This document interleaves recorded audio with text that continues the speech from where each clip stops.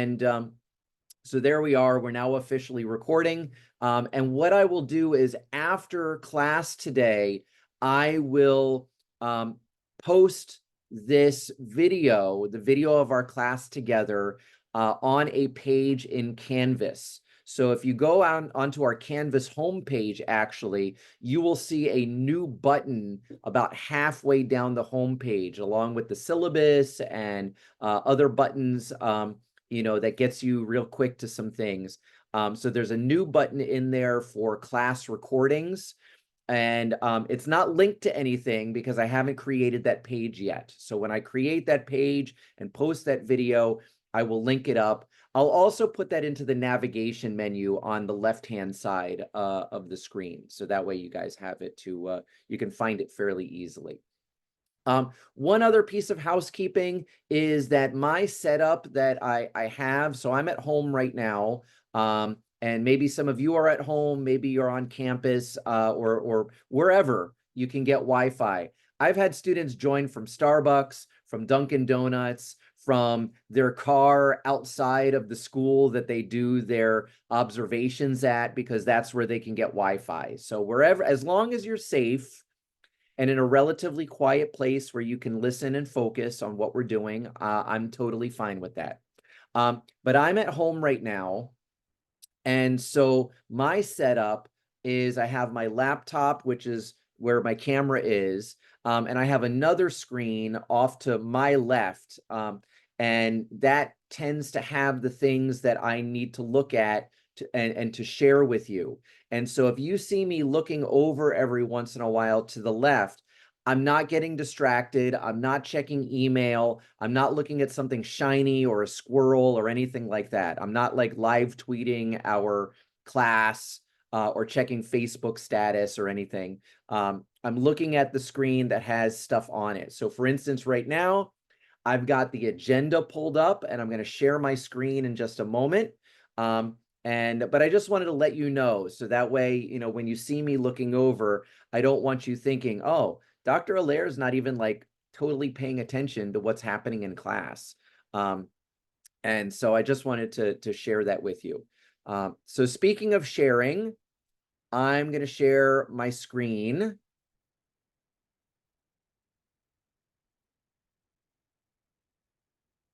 And so here is our agenda for today. And Dr. Allaire is infamous for over planning.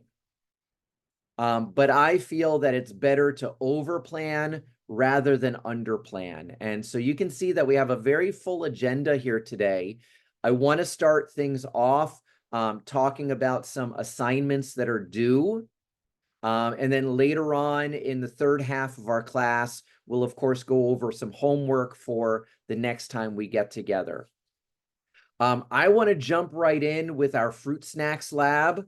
Last week, I gave everybody a little bag of fruit snacks, and maybe you have just been like, oh man, I have wanted to open this so bad during the week.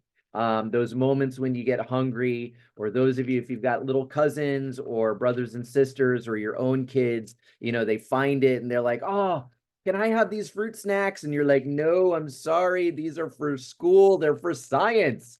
That makes them very special fruit snacks. But we're going to open them up today. We're going to do our fruit snacks activity right off the bat. Then we're going to switch gears just a little bit, and we're going to talk about inquiry. That's a word that you see all over the place, more often with science, but you can do inquiry with math, with social studies, with reading and writing, and even with art. And so we're not only going to talk about what inquiry is, we're going to talk about the different types of inquiry, because that's one of the things that makes it really confusing. When somebody asks if you have an inquiry-based classroom, or if you're an inquiry-based teacher, or if you see inquiry used in the science teaching competencies as well as the TEKS, it's important to realize and remember that there are different types of inquiry, and that's something that we're going to talk about today. Speaking of inquiry, we're going to spend some time, we're going to dedicate a really good portion of our class today to talking about our inquiry, our critter inquiry project. And so this is something that I think a few people were asking me about last week. Whether you're going to be on Team Butterfly or Team Mealworm, it doesn't matter. We're going to talk about what that project is about. We're going to talk about the requirements and the expectations, and some of the benefits and drawbacks of each of the critters, because you're going to have to make a choice between, again, whether you are on Team Mealworm or on Team Butterfly. And so we'll dedicate some time to talking about that project, which is a project that you have the entire semester to work on. So I don't want you to think, oh my gosh, this is something that's due in a couple of weeks. No, it is literally one of the last things due for the semester. I want to say that the due date is officially like December the 4th, which is like week 16 of the semester. We're not even meeting at that point, but you'll still have those extra couple of weeks to wrap it up. But we'll talk about that a little bit, and I'll be happy to answer any questions that you might have about that project. If we get to it, I also I would love to do a second activity with you, which is an online lab. Some of you might be familiar already with the PHET website, which is a website full of math and science simulations that are 100% free. And y'all know already that if it's for free, it's for me. So it's a great, great website. It's a wonderful resource. If we get to it today, awesome. If we don't, that's okay. We table it and we come back to it next week, because I definitely want to talk a little bit about the PHET website, which some of you might know, some of you might not, but there are some things in there that as up-and-coming teachers, you should be aware of with that website. So, it's a really, really great site, and we will talk about it a little bit. So that's the general gist for today. And so just a couple of quick reminders. Come on, there we go. That the two things that are due today are notebook check number 1 and Canvas quiz number 1. So part of your homework from last week was to set up your science notebook, whether it's a ring, a spiral bound notebook or a composition book, doesn't matter. You're going to set it up using the video that I created, and you're going to create a table of contents, and you're going to take a picture of that first page of the table of contents and upload it to Canvas. If you haven't already done that, and I know a lot of you have because I can see it pop up on Canvas, but if you haven't done that, let's knock it out by 11:59 midnight tonight. Okay, let's knock that out. There are 4 notebook checks during the semester. And the last one will be at our last class meeting. The other 2 are spread out somewhere in the calendar. I don't have it in front of me. So Canvas quiz number 1 is also due today. If you haven't done it, please wrap it up again by midnight tonight. This is something that, you had the whole week to work on it. You could take it as many times as your heart desired. Not only is it, are the questions similar to what you'll see on the core subjects exam, but then I also have a video breakdown that allows you to see, why was this the correct answer versus this. Nayeli, what's up? I wanted to ask because I've been trying to upload the picture of the proof of the that we have set up the notebook. How is it titled for us to turn in on assignments? It should just be notebook check number 1. Under assignments? Yeah, under assignments.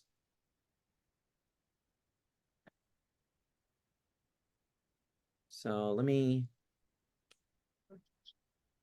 stop sharing here for a moment. And I'll jump into Canvas. Okay, I see it. It's all the way to the bottom. Oh, Well, it's like halfway. Okay, I see it. okie dokie. Thank you. You're welcome. Yes, no, I'm happy to answer questions. Um, and of course, in this online environment, folks, you are welcome to, of course, raise your hand and unmute yourself if you have a question. But if you feel more comfortable putting your question into chat, I am absolutely fine with that too. You may not be in a place physically where you can unmute yourself and ask a question, or for whatever reason, you may not feel comfortable with asking a question out loud. And so I just want to let you know that chat is a perfectly viable option for asking questions or making comments or anything like that when we are meeting online. One of the things that I want to mention, since we're talking a little bit about the Canvas quiz #1, and I forgot to mention this last week, but some people picked up on it from my Friday roundup.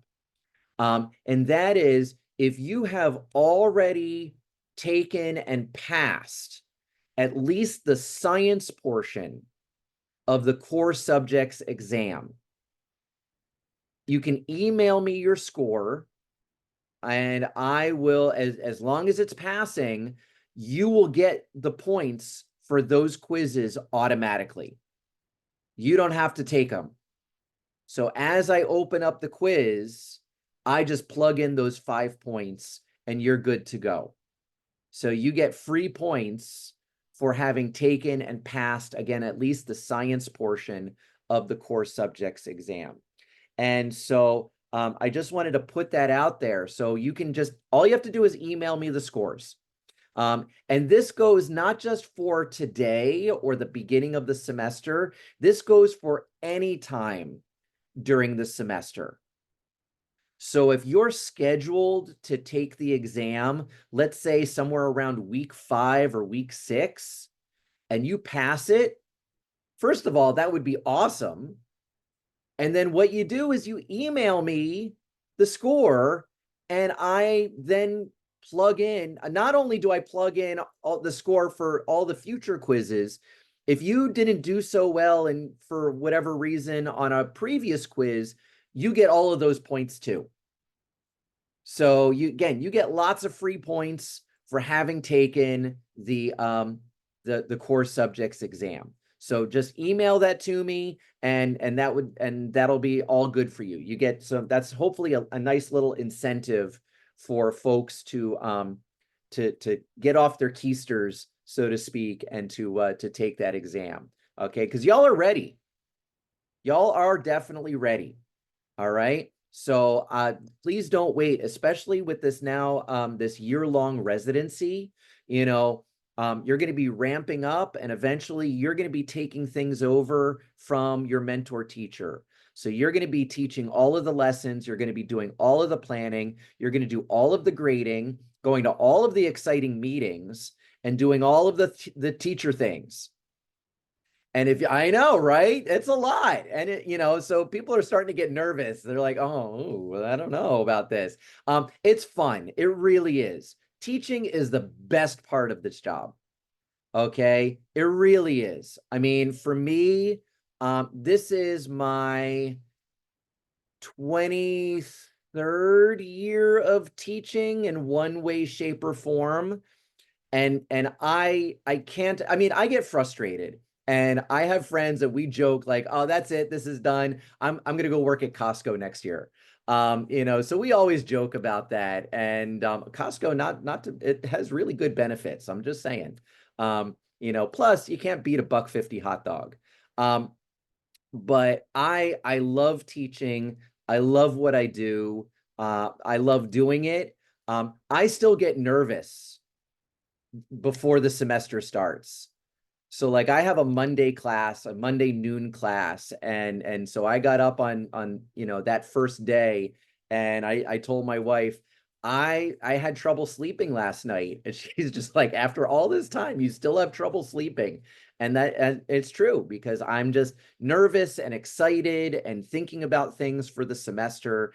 And so, embrace this part of your journey, this opportunity for student teaching and to work with kids, because that is the best part. Meetings and paperwork and grading things, not so much. But the teaching part is the absolute best part. And you're going to have kids that you're going to love. You're going to have kids that you not so much. But you're also going to have those kids that will come back and they're going to tell you that you made a real difference to them. And that's just an amazing, amazing feeling. So anyway, that's a big aside from taking that core subjects exam. But of course, you can't become a certified teacher without taking and passing these exams. So don't wait, get going. Like I told you last semester, if you are waiting for the stars to align and for that perfect moment, it ain't gonna happen. You just gotta like grin and bear it and do it. Okay, folks? So that's my soapbox sermon for today. All right, I'm done, I promise, at least for today. Okay, so any questions about anything that we're going to do today, any of the assignments that are due or anything like that before we get going with our fruit snacks activity? All right. So, oh, Hilda, Yes, question? actually, yes, I have a question. Yeah. The homework also mentioned that we had to record ourselves, kind of giving a small summary about what we learned. Do we have to do that, or just the quiz? Or did I read wrong? Or I'd have to. So for the readings, Yeah, I think she was referring to that. okay, so for the readings, there is a video that you're going to record to reflect on what you've read. Mhm. But the readings, I've set it up for you to go at your own pace Okay. during the semester. So if you, Hilda, you want to knock out all 5 reading sets in the first couple of weeks, you can definitely do that. If you are a procrastinator and you want to wait until the very last day before it's due, you can do that too. Bless your heart, and may the gods have mercy on your soul if you want to try to do that. But but yes, for the readings, there are 2 reflections, and I give kind of a video breakdown of what you need to do. So if you go into Canvas, and the modules page, there is the first link in the course readings module is a video where I break down what you need to do for the readings and how you do it. Okay. But for the quiz, for the notebook check, you did not need to do any kind of a video reflection. Okay. Awesome. And Nayeli is showing us where she's at. She's hanging out somewhere. No, I'm just kidding. It's okay. No, it's because Cynthia got here, so she's gonna log in her laptop. So I was asking her if she wanted to look at my big screen. Okay, yeah, no worries. No, that's super nice of you to do that. All right, so everybody's been carrying around this bag of fruit snacks for the week.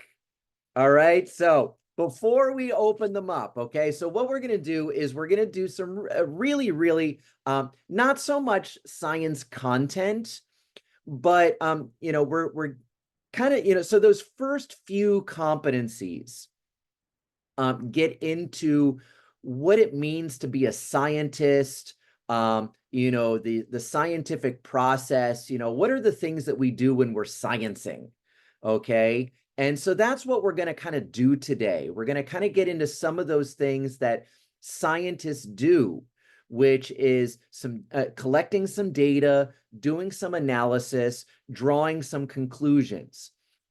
So before we do that, we need to get ourselves prepared to collect data. All right, which means that we need to make a data table in our science notebooks. So I'd like for everybody to go ahead and get out their science notebook and to open it up to whatever is the next available page. That might be page 11, 12, whatever it is. I'm not going to micromanage you as far as like being on a particular page number. So it's whatever page you are on.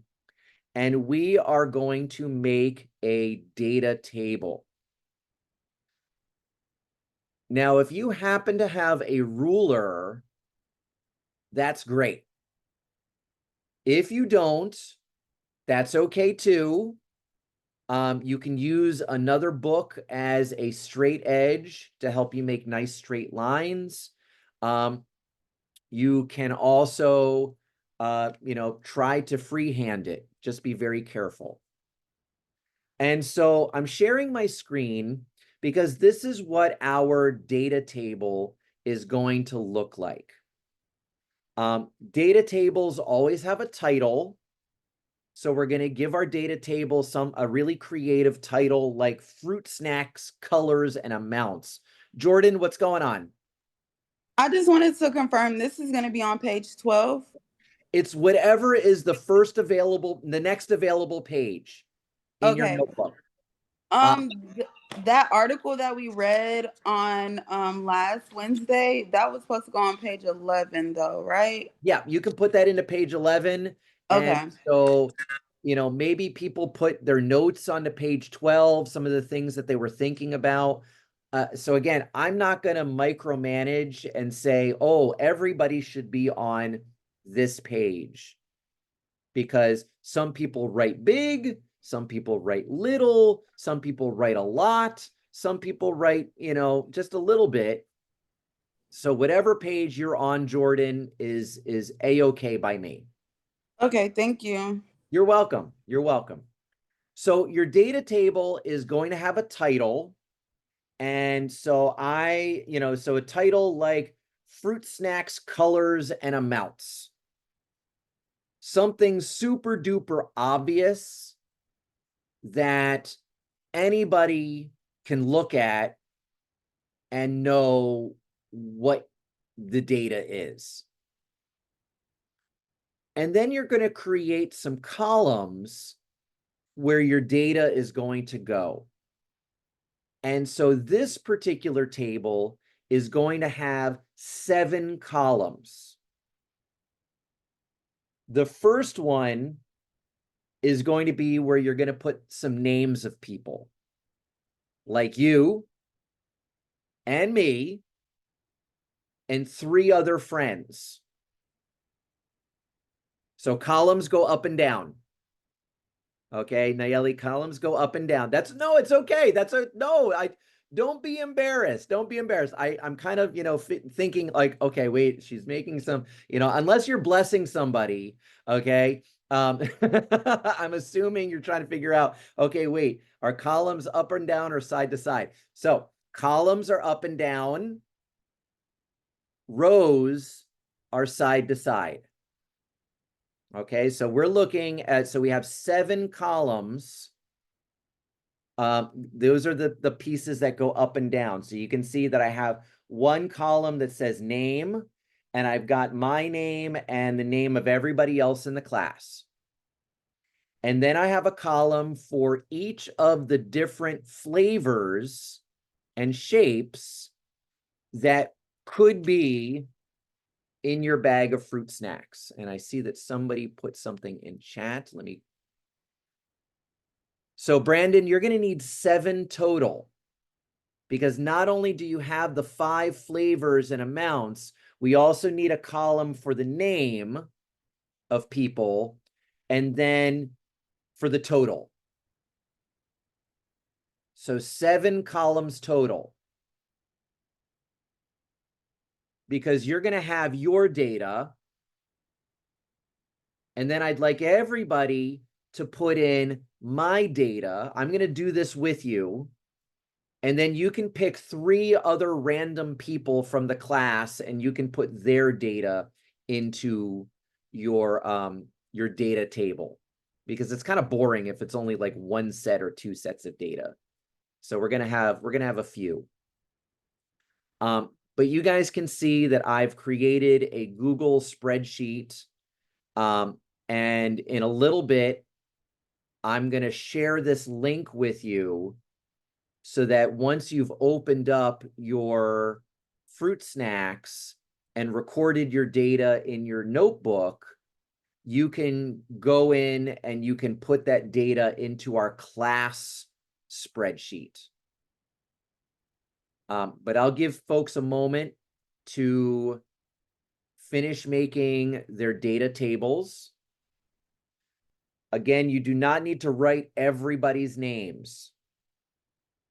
You're going to have 5 names in your data table. Yours, mine, and then 3 random friends. So your data, my data, and the data from 3 random friends. 5 pieces of data will be in your data table. 7 columns. Name, and then strawberry, raspberry, orange, grape, peach, and then total.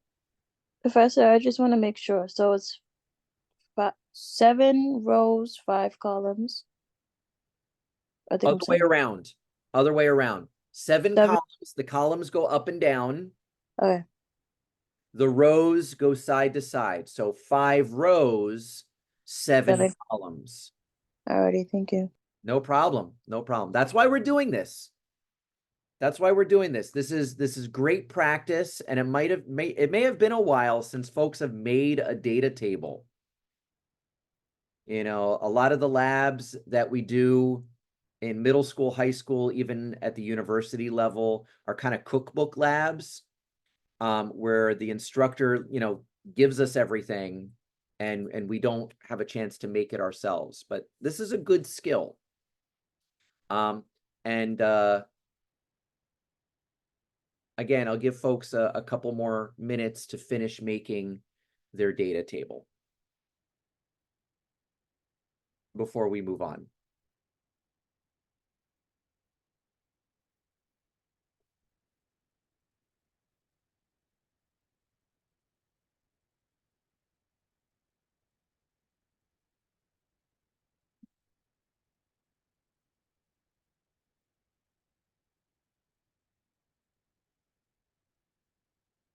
If you are all done with making your data table, just give me a thumbs up, either a real one or a digital one, and that just gives me an idea of who is done.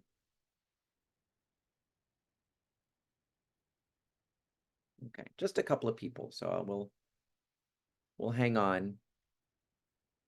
Oh, okay, I've got a couple of thumbs in the chat. A couple of more thumbs ups there. Thank you, folks.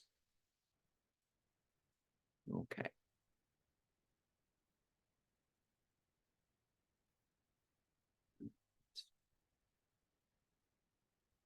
Good deal. So Janelle, Hilda, Cynthia gave me thumbs ups in the chat. Very nice. I'm going to stop sharing my screen for a moment here, folks, because I want to pull something else up here.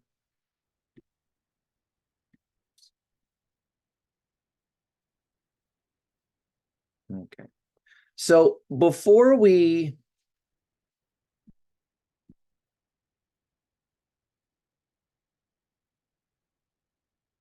dive into collecting data, all right, last week when we were talking about our reading, which was you might be the only scientist your students will ever meet,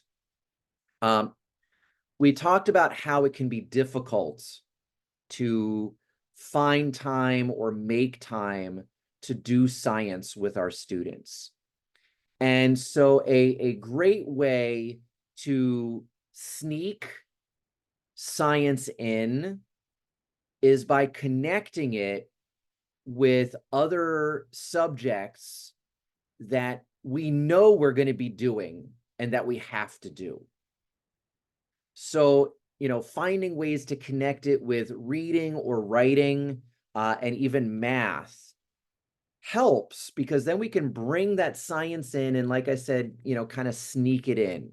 And so I want to start things off sort of that way by making a connection to something that you guys will probably do a lot in the EC6 classroom, and that is doing read alouds.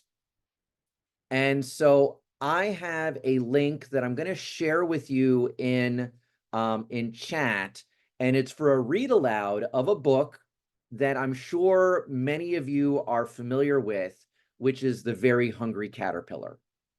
All right. And so I put that link right now into chat, and I'd like you to take a few minutes and to watch and read along with The Very Hungry Caterpillar, as told by your humble narrator, Dr. Allaire.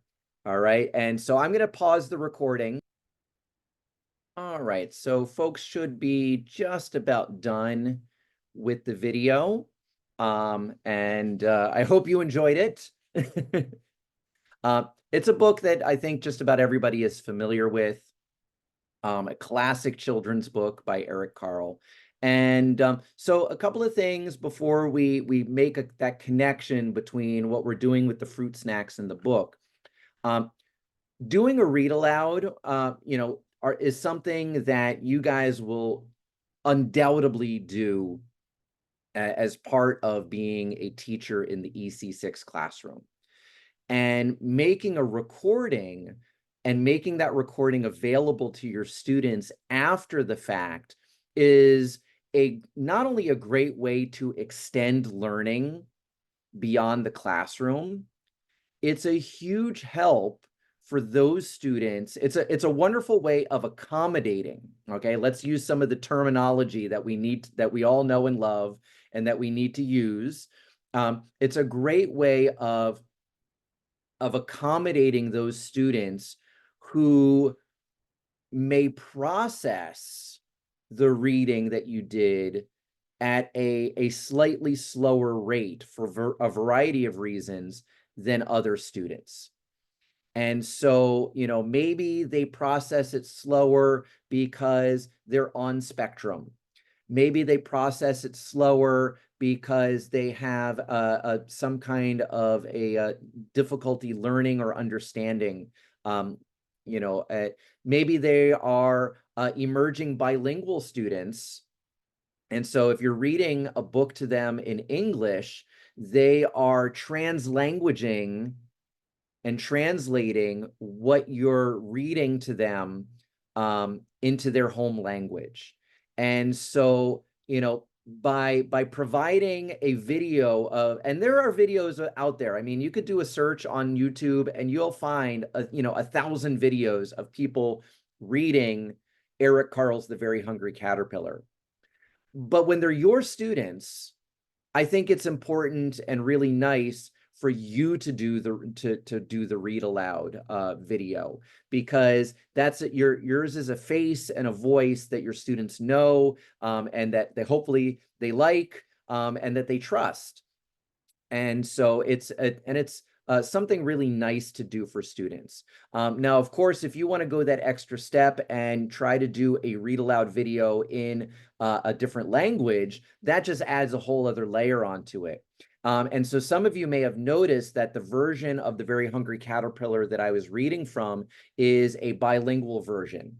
So there's both English and Spanish text in that book. And so what I tried to do, and I apologize if I butchered things because I only speak 2 languages, English and Bad English, but I made an attempt to do a Spanish language version of The Very Hungry Caterpillar, which is La Oruga Muy Hambrienta.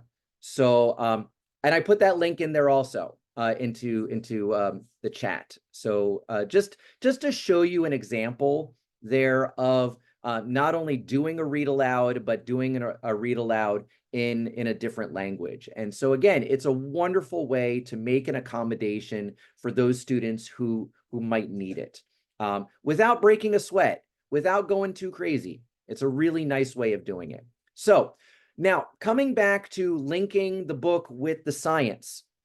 All right, you can find science in tons and tons of children's literature.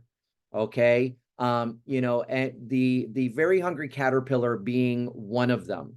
The big obvious lesson or connection to the Very Hungry Caterpillar would, of course, be the life cycle of a butterfly, because that's what the whole book is about.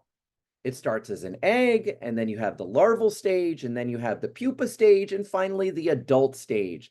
The adult, of course, would then lay eggs, and the whole thing starts all over again. All right, that's the obvious connection. But there are lots of other connections that you can make.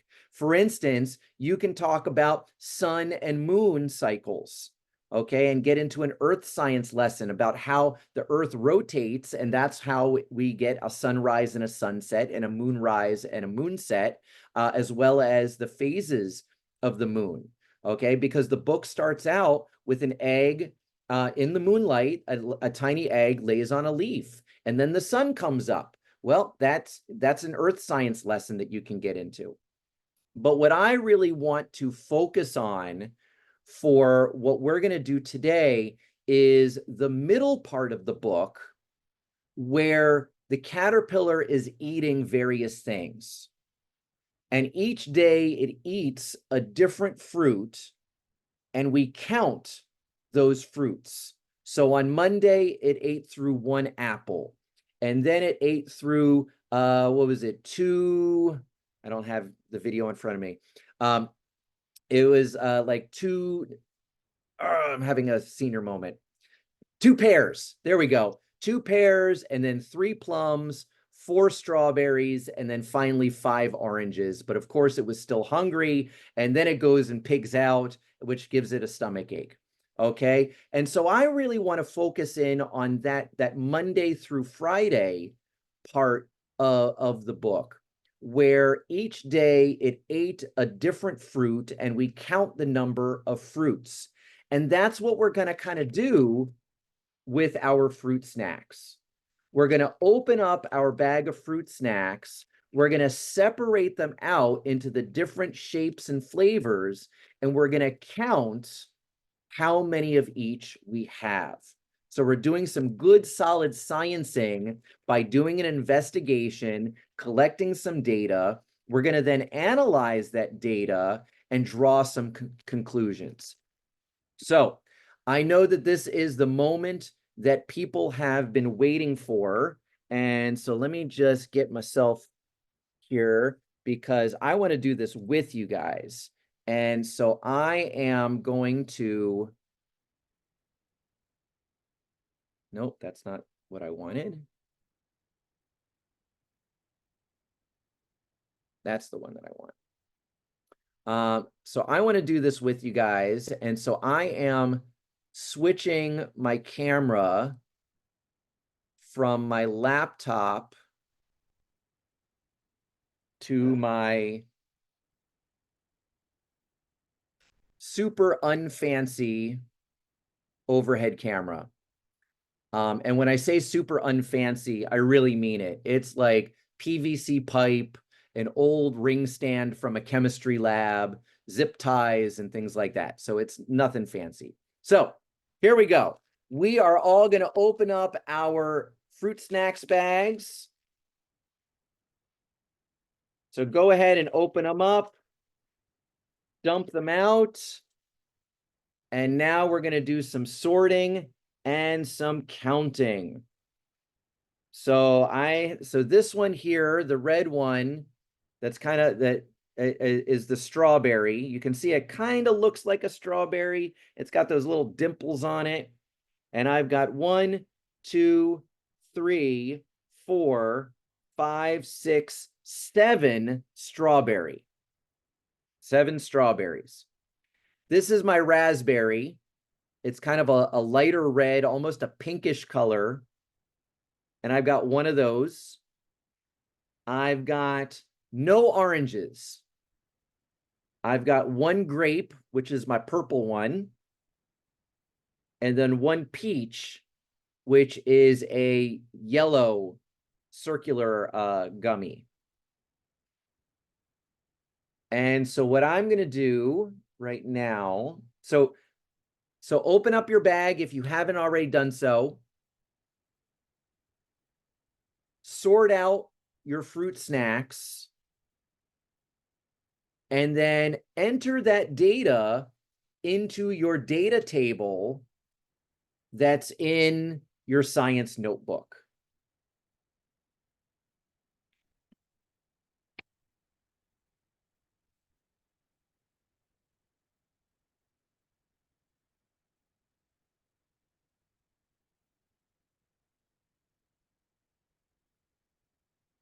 And while you are doing that,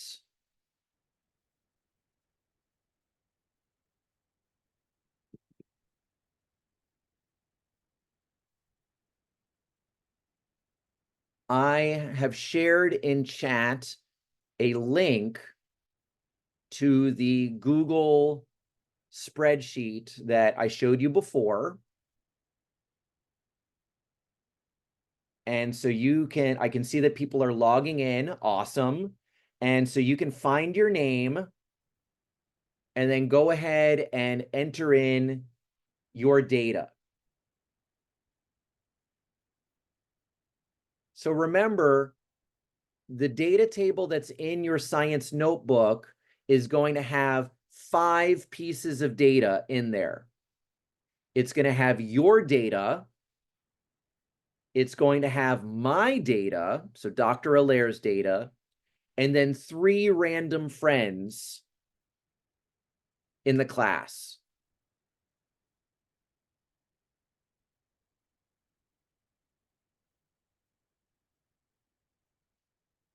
So go ahead and enter the data into your data table in your notebook.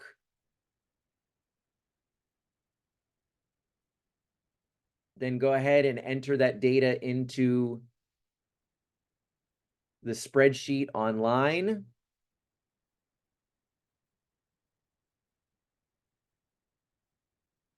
So you don't have to put the totals in. It'll total it up on its own. It's set up to total things on its own, just to let folks know.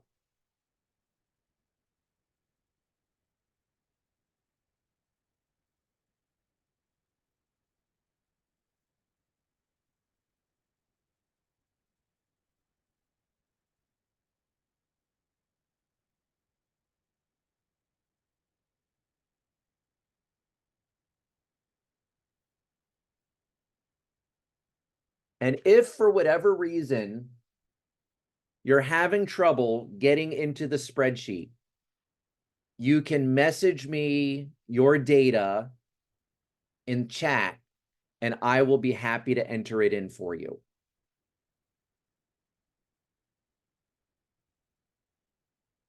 And yes, Jojo, you can eat them now. I was wondering when somebody was going to ask me. Yes, you can absolutely eat them now. If you've recorded your data online and in your notebook, go ahead, eat away. Because I know y'all have been holding on to these and you're probably like, those would be so yummy.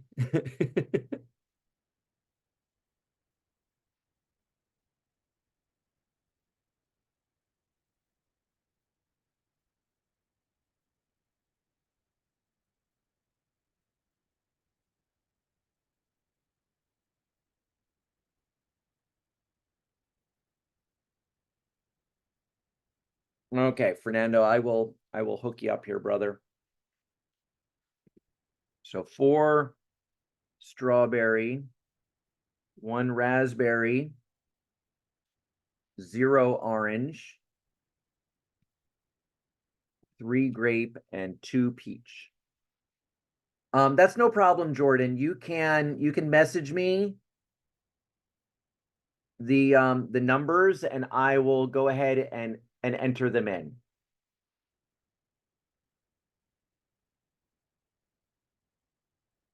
So Elva 30322, Jordan 421 2 and 1.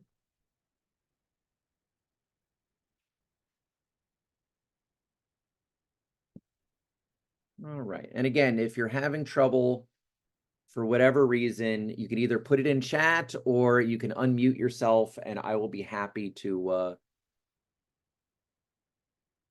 put those in.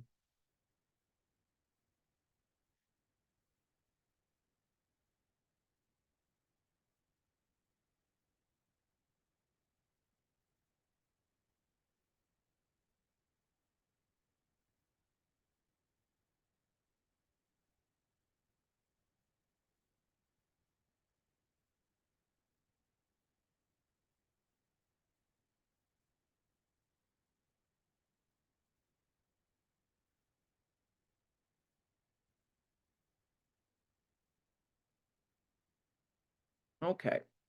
So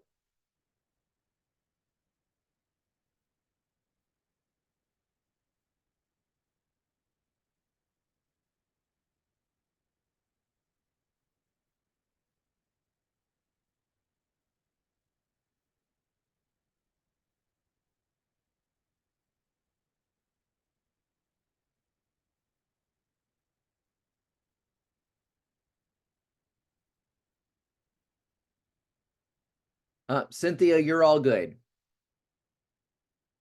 You're all good, but thank you for the heads up. Thank you. Yep, no problem. No problem. All right, so we've got everybody's data in here. And so I know some people are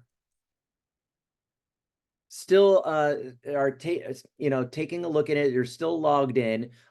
Yes, Fatima, you have the lucky bag because you have 12. So you got the lucky bag. Nobody here got the unlucky bag. I've had some students who have gotten 9, and so that's sort of the opposite. And so what we've done here is we've done a big step in sciencing, and that is collecting data. Not only your own data, but we now have data for the entire class. And so what I'll do here is I'm going to share my screen so that we can all look at this data together.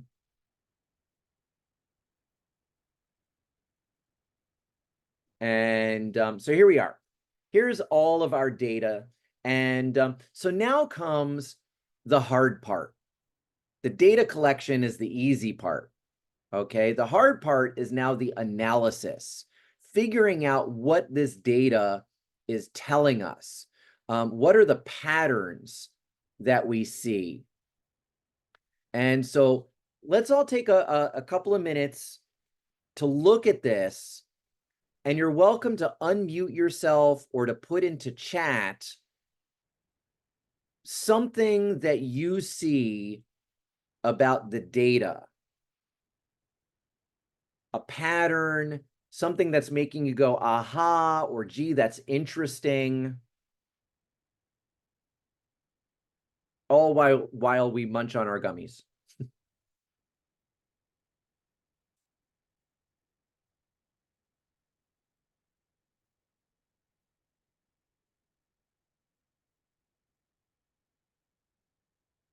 So Daniel said, and please share these publicly. Don't put them as private messages. I'll still say them out loud, but I think these are good for everybody to see. So Daniel says there's more strawberry flavor than anything else. Absolutely. That's one of the reasons why I put the totals at the bottom here. So you can see that we've got 72 compared to 37, 34, 30, and 36. So really, there's at least twice as many strawberries as a class than any other flavor. everyone had more dark red strawberry flavors than all the others. So individually, there are some differences there, Jojo. So for instance, like you only had one strawberry, but you had 4 raspberry. But again, as a class, the strawberry is definitely the most. Barely any purple grape flavors, and everyone's total range from 10 to 12. So yeah, you know, barely any grape. Grape is definitely the lowest. If you look at people who are missing flavors, 1, 2, 3 people are missing grape. 1, 2, 3 people are missing peach, but there's still a little bit more peach than grape. The range here is definitely from 10 to 12, but Fatima we would consider her to be kind of an outlier, because she's the only one in the class that has 12. So if we were going to scrub this data to get, and that sometimes happens, we get data that really isn't good data, you know, in science. Not that Fatima's not good, and not that her fruit snacks aren't good, but in terms of the data, we would probably scrub that one and just say, hey, you know, people tended to get 10 or 11. And in fact, the average here is about 10 and a half. So we're right between 10 and 11 there. Some other things that people are noticing about the data.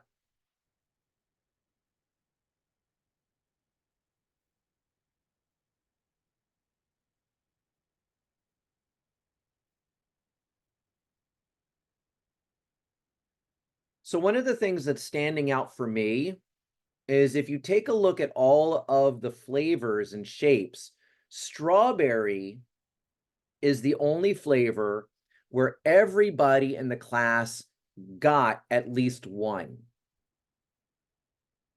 All of the other flavors, raspberry, orange, grape, and peach, somebody in the class is missing that flavor. Strawberry is the only one where everybody has at least 1, and Jojo is it. She's got 1.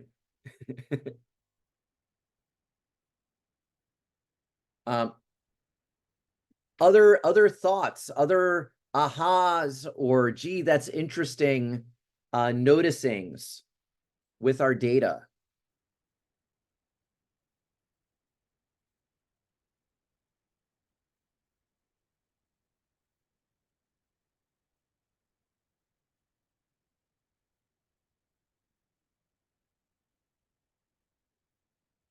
Okay, no, that's all right. That's all right. And so here's what we're gonna do. We're gonna do a couple of things. But now comes the part where we kind of, you know, on the one hand, we're sort of drawing some conclusions, but we're also going to make some predictions, because now we have some data to look at. And it just so happens that I have another unopened bag of fruit snacks. And so I want you to take, now having our data, now that we have some data to look at, I want you to write down in your science notebook at least 2 predictions for what we will find, what you think we will find when we open this bag of fruit snacks. Okay. So what we're doing is we're making a prediction, we're making a hypothesis, which is not an educated guess. I hate that definition. Okay. Because we're not guessing. We have data, we have observations that we can rely upon to make our prediction. We're not even making an educated wish, as Deadpool famously said. I thought that was the most hilarious thing when he said an educated wish. I think I even got shushed in the theater because I laughed so so loud. I need to find a way to work that into like a regular conversation, an educated wish. But write down into your science notebook 2 predictions for what we will find when we open up this bag of this unopened bag of fruit snacks.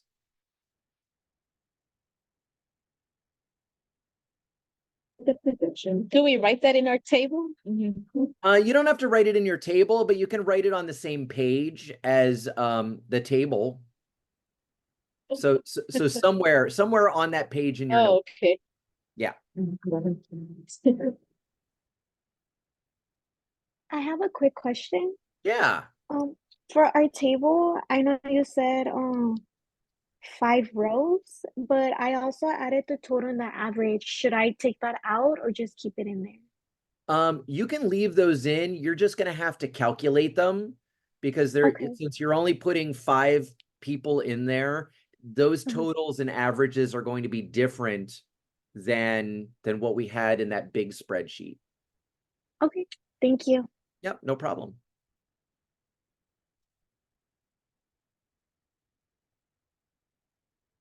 Okay, do folks have their predictions? No. That's okay. That's okay. So as people are finishing up writing their predictions, those of you who have them, I'd like you to pick one and to write it into the chat. It could be general, it could be specific, whichever prediction you want to share, go ahead and put that into chat as a public message so that everybody can see it. So Jojo's saying that there will be 10 gummies in the bag. Janelle says there will be more strawberry gummies than everything else. Jordan's going with no oranges. All right. At least 3 strawberry gummies. That was Brandon. Daniel seconds that emotion with at least 3 strawberry flavors. There will be an absence of 1 flavor from Hilda, so at least 1 will be missing. 4 or more strawberry gummies in the bag. There will be no more than 12 fruit snacks in the bag, sort of covering your bases here. Cynthia sent this to me as a direct message: 4 strawberry gummies, 3 to 5 strawberry in the bag. Peach will have the least. There will be more orange than strawberry. Oh, that's a brave, I think a brave statement there. Let's see. Nayeli is going a little bit specific here. 3 strawberries, 3 raspberries, 2 orange, 1 purple, 1 peach. It's like she's playing the lottery here. All right. Let's see here. Brianna said strawberries will not be missing. So if there is something missing, it will not be the strawberry. All right. So we're going to switch cameras here.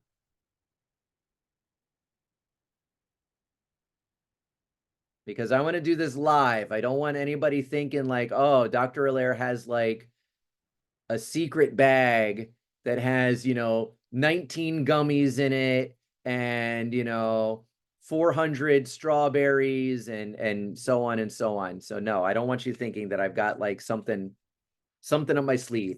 So this is totally unopened. There we go. Okay, you can see no gummies up my sleeves. All right.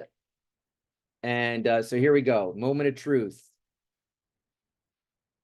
I see we have some other predictions coming in. That's cool. Let's take a look at what we've got. So I can see right away that we have at least 1 of each. So anybody that predicted that we're going to be missing something, then sorry, you are out of luck there. So I've got 1, 2, 3, 4, 5 strawberries, 1 raspberry, 2 oranges, 2 grape, and 1 peach. So I've got 1 of each. Strawberry is definitely the most. with 5 of them, and I've got 1, 2, 3, 4, 5, 6, 7, 8, 9, 10, 11 total. So a couple of people made predictions about the number of gummies, and so this is also an important step in the scientific process. Okay, so we made a prediction. All of you made predictions based on the data that we had available. So Fernando said peach will have the least. There will be more orange than strawberry. That was a brave prediction from Shiana. Unfortunately, she was incorrect with that. 4 strawberry gummies. Several people said that. We actually have 5.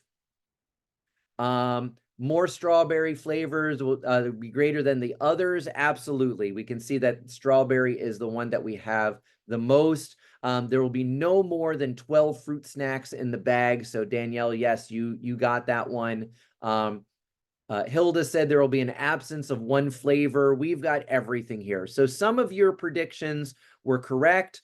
Some of you were incorrect. And that's an important part of the process here.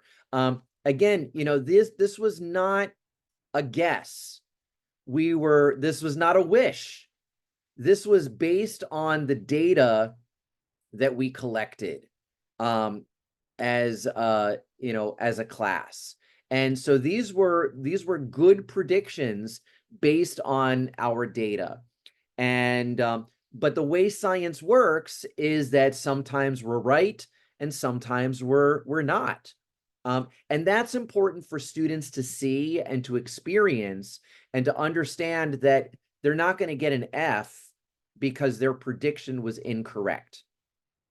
And that's a really important part of, and we're going to talk about inquiry in just a little bit. That's an important part of an inquiry-based classroom and being an inquiry-based teacher, that students are not, you know, don't have to worry that their grade is going to be negatively impacted because their prediction was wrong.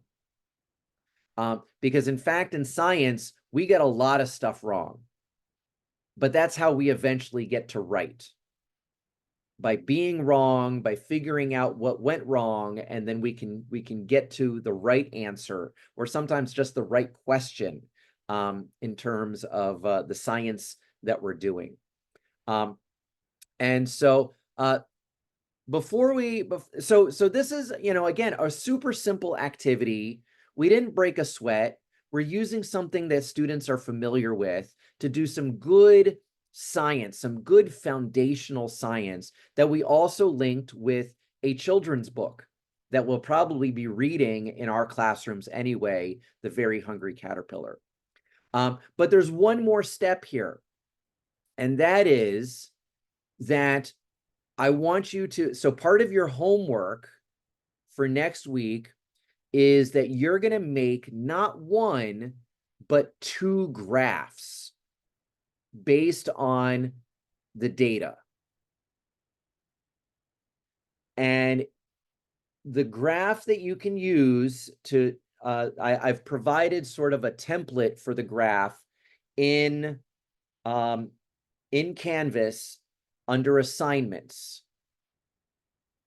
So there is a link in assignments now for fruit snacks graph.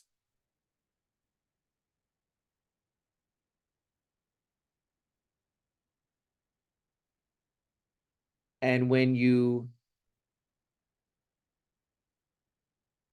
click on that, you will see a PDF that you can use to make your graph. So you're going to make 2 graphs. One of them is just your data. So just Alexa's data, just Daniel's data, just Cynthia's data, just Nayeli's data. Nobody else's, just your own data. The second set of data is going to be our class data. So those big numbers. And I'll put those into chat right now. But what I will also do is I will share with you again the link to this spreadsheet a little bit, after class. And so that way you can look at the data and refer to it for making that graph. But just as a reminder, we had 72 strawberry. We had 37 raspberry,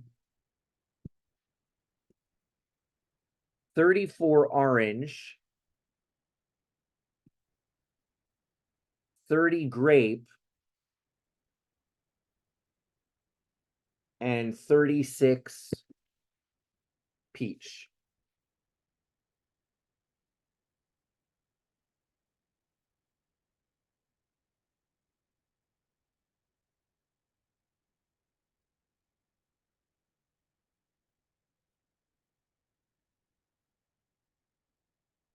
So that's our class data. And so once again, part of your homework is going to be to create two graphs. One is just your data, and the other is our class. The second one is our class data. And you're just going to upload those to Canvas. Okay? Super, super, super simple. Dr. Eller, I have a question. Yeah, go for it. So that first graph that we're making, you said, so it's our data, so meaning the data that or my data that I just made right now, like Yes. the table? Oh, okay. Yes. Okay, and then the second,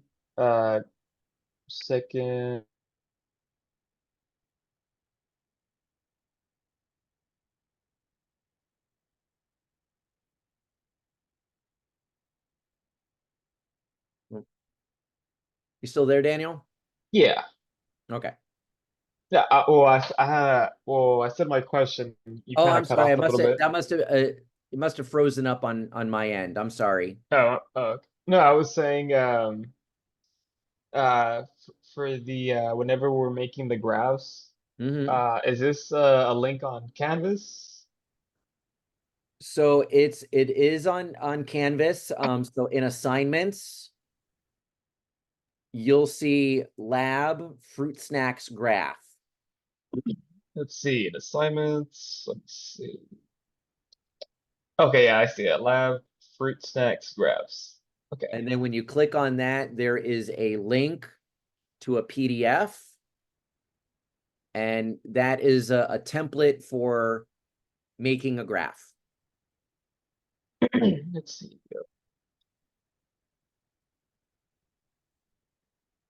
And the kind of graph we're going to be making with this, folks, is a bar graph. That is the graph that is appropriate for this type of data because we're comparing values to each other. 72 strawberries to 37 raspberries and so on and so on. So this would be an appropriate graph. You might remember when we talked a little bit about this last semester in the review session. If we were looking at a trend over time, we would want to use a line graph. If we wanted to, we could convert these numbers into percentages, and then we would make a circle graph, but we're not going to do that. The most appropriate graph would be a bar graph. And this is a kind of graph that you would teach students how to make as part of a math lesson in the EC6 classroom. So what we've done is effectively link together 3 different disciplines as part of this activity. We've got the science, we've got the reading, so we've got literacy going on, and now we have math skills going on. And so, of course, the reading, the literacy, and the math are things that your schools are going to be emphasizing, of course, because those get tested. But what we can do is we can bring that science in as a sort of a central hub that we can attach the literacy and the math onto to create a more robust and a more meaningful lesson and experience for our students. Questions, Comments, concerns, other than can I have some more fruit snacks? I don't have any more fruit snacks to give you right now, obviously, because we're online. But one of the beautiful things about being online, especially if you're at home, is that the class is fully catered. You can eat anything that you have in your refrigerator at home during class. So enjoy.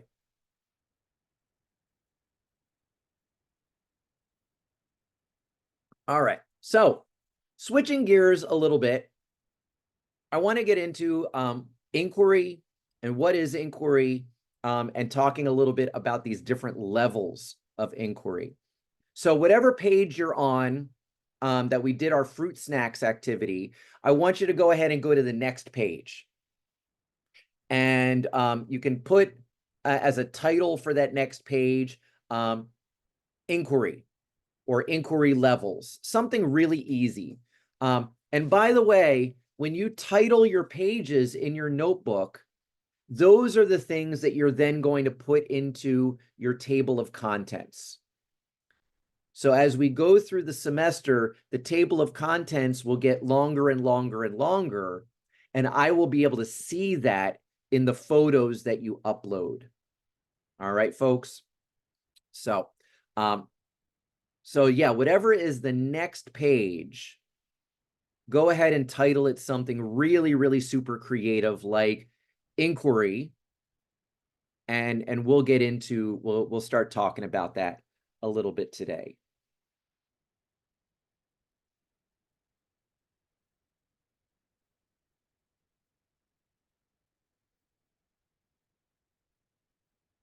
Okay. So I'm going to share my screen.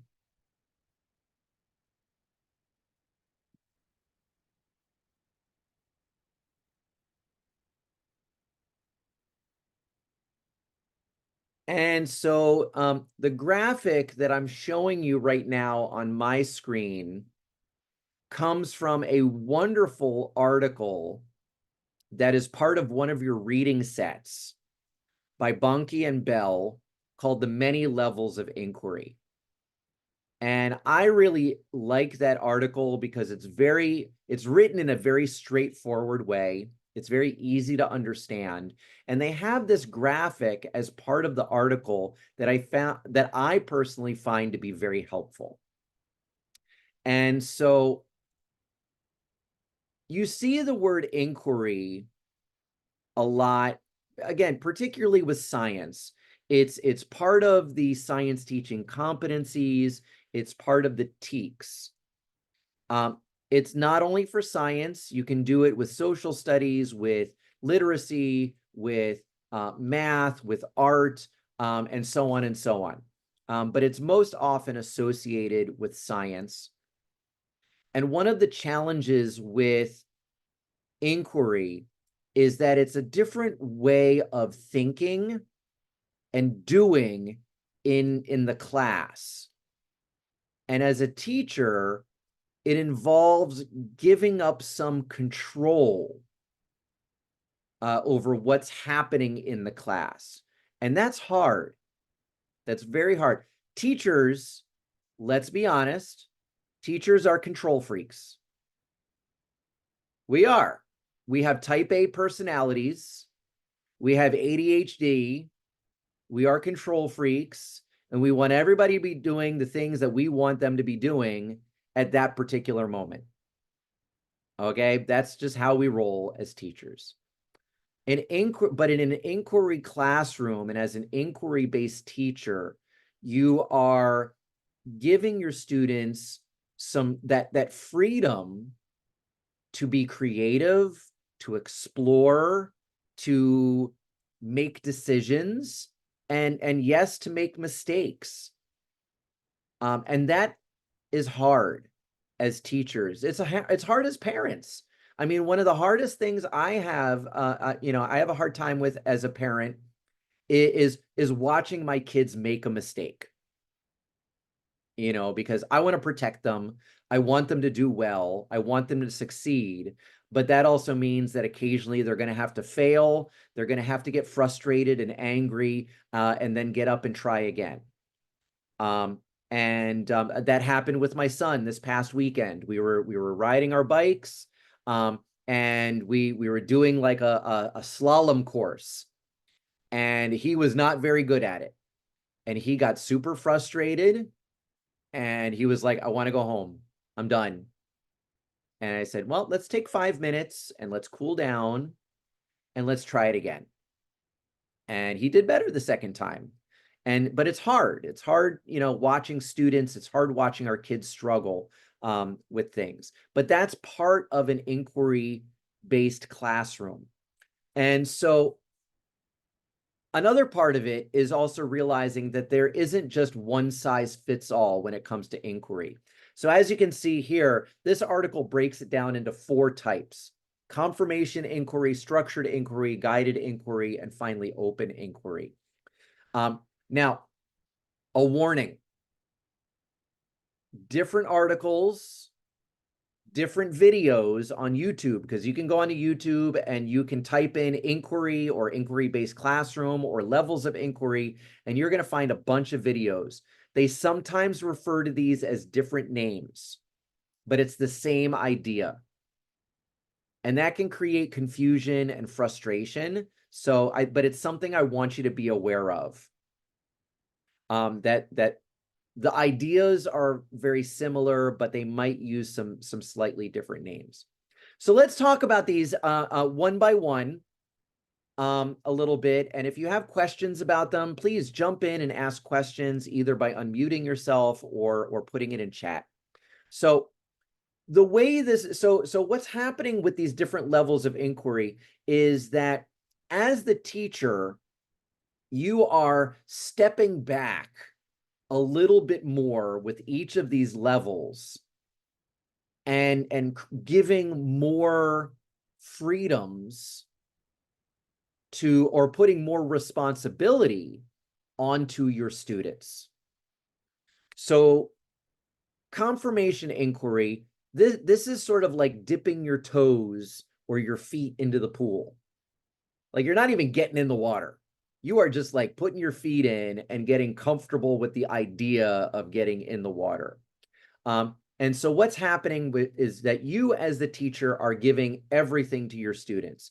You're giving them the question, you're giving them the procedure, you're giving them the solution. An example of this might be where you do a demonstration or you model something, and then your students do the exact same thing. So maybe, for instance, you demonstrate mixing vinegar with baking soda. That's a very common acid-base reaction that all of us have seen. That's the classic volcano reaction where it bubbles and foams up and goes all over the place. So you do that demonstration with your students, and then your students do the exact same thing so they can see and feel and experience the same thing that you just did. You know, same thing for math. Same thing for maybe even for art. You know, you may draw something or paint something, and then you have your students do the same thing.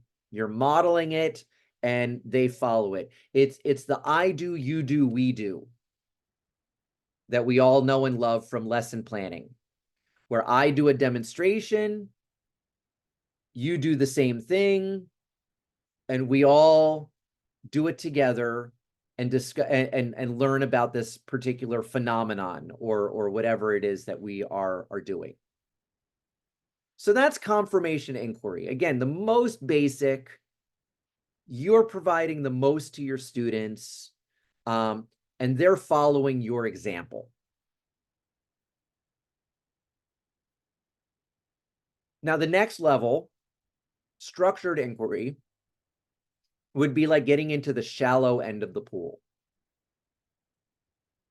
where you as the teacher are now taking a small step back. You're still providing your students with a question or a problem that they're trying to answer or solve.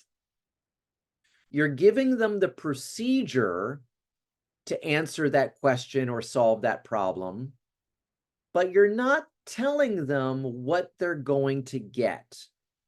You haven't demonstrated it. You haven't done a model. So there's an element of the unknown and an element of discovery here. This would be your classic cookbook lab that you've probably did in elementary school, middle school, high school, even university, where the instructor handed you everything and you went forth and you did the activity and you discovered something, the phenomenon that the teacher wanted you to look at. And you as the teacher know what the answer is going to be. So when it comes time to grade it, it's fairly straightforward. You know, you're expecting them to get X, Y, Z, and you look at their lab report or the worksheet or whatever it is that you gave them. As long as they have X, Y, Z, they're good. If they have A, B, C, well, then something went wrong. What's fun though about even though people kind of poo-poo cookbook labs, sometimes they can still be really, really fun. One of my favorite labs that I used to do with my students in chemistry was the generation of different gases. And that was always a fun one because you would get some oohs and some ahs out of it. The other ones would be flame tests because you got lots of oohs and ahs from that one where the flames would change different colors. But the gas ones were always cool because the students would make carbon dioxide, oxygen, and hydrogen gas. And what they would do is that every time they made a gas, then they would take like a match, a lit match, and they'd put it into the test tube with the gas. And so with carbon dioxide, the match would go out right away because carbon dioxide replaces oxygen and it suffocates the flame. That's why fire extinguishers work. That's one of the ways that they work. With oxygen gas, they would put the match in there and the match would get really, really bright because fire needs oxygen. And if you give it lots of oxygen, the flame gets really, really big. And so you get this, whoa, kind of reaction from the students. So I could always kind of tell where they were in the lab just by the reaction that we were getting. And then the third one was hydrogen gas. And that one was always kind of fun because hydrogen is explosive. And it burns so quickly that it makes kind of a sound in the lab. And so I would always hear all through the lab and I knew right away where the students were. And I'd also hear like giggles and oohs and ahs and all kinds of things. And then people wondering, oh, can we make more? Or asking questions like, well, what would happen if we made a really big bag of hydrogen gas? And it's like, well, you get a really big boom, which occasionally we would do because that's just how I rolled as a chemistry teacher. And so, but that would be a structured inquiry lab. Again, where you've provided the question or the problem, you've provided this procedure, but the students don't know what the solution is going to be.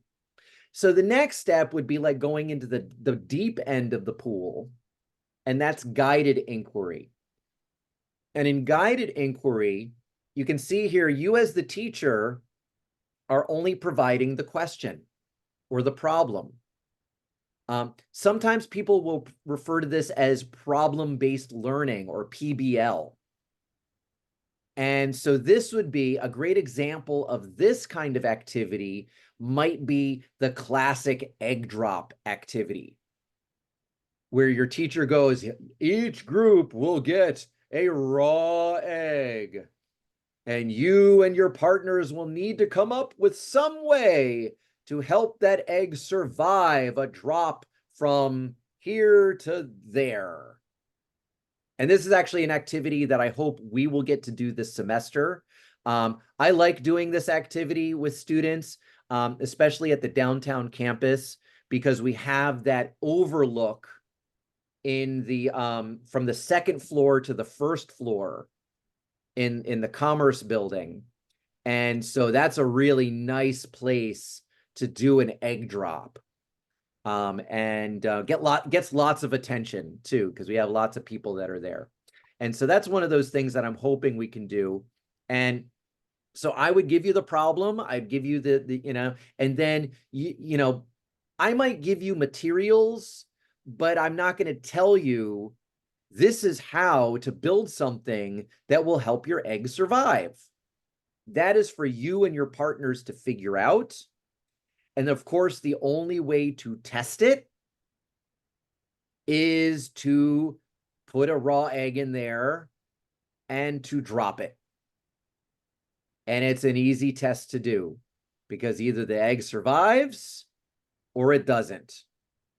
So, but again, there's an element of the unknown here because we don't know exactly what the students are going to come up with. We don't exactly know what the solution they come up is and if it's going to work. So there's that element there of creativity, but also of a chance that it's not going to work. Now, if you have the time, what sometimes teachers will do is, okay, you've tried it once, now go back and redesign based on your experience. And so now you're bringing in some like engineering design elements into it where you get to sort of redo it based on your experience of having dropped an egg or whatever it is that you're doing. If you've ever been involved, so there's a really great science competition called Science Olympiad that's out there for elementary schools, middle schools, high schools. Maybe your schools where you graduated from had a Science Olympiad team. Something that you guys can definitely do. It's a huge competition, again, for elementary, middle, and high school. And a lot of the engineering challenges that they have would fall into this guided inquiry level. So they might say, you need to build a car that's powered using a mousetrap. And it has to go this distance and stop. And so it's up to you and your students to figure out how to harness the power of a mousetrap to get that car to move and how to get that car to stop where it needs to stop. You might have a challenge where you have to build a catapult or a rocket that gets launched and then has to fall back to the ground as slowly as possible. It can't just go up and then come back down. It's got to float down as slowly as it possibly can. So those would be great examples of guided inquiry activities. And so this would also be like if you were going to give your students a free writing assignment. I want you to write about what you did over summer vacation, or what you did over winter break, or what you're excited about for this 3-day weekend, or what you're nervous about for this coming school year. So you're giving everybody a prompt, but you're not exactly telling the students what they should be writing. It's a little bit more up to them. It's a little bit more on the creative side. So you don't know what you're going to get. And so that would be, you know, kind of a guided inquiry activity from the literacy perspective, you know, in using it for literacy purposes. Last but not least, we've got open inquiry. All right. Open inquiry is diving off of the diving board into the deep end of the pool. This is your science fair project, which maybe some of you did in elementary school or middle school, maybe even high school. I know that this will come as a surprise to no one, but Dr. Allaire used to do science fair when he was in school. I know. That's such a shock okay, that I know people are just, let me put on my surprised face.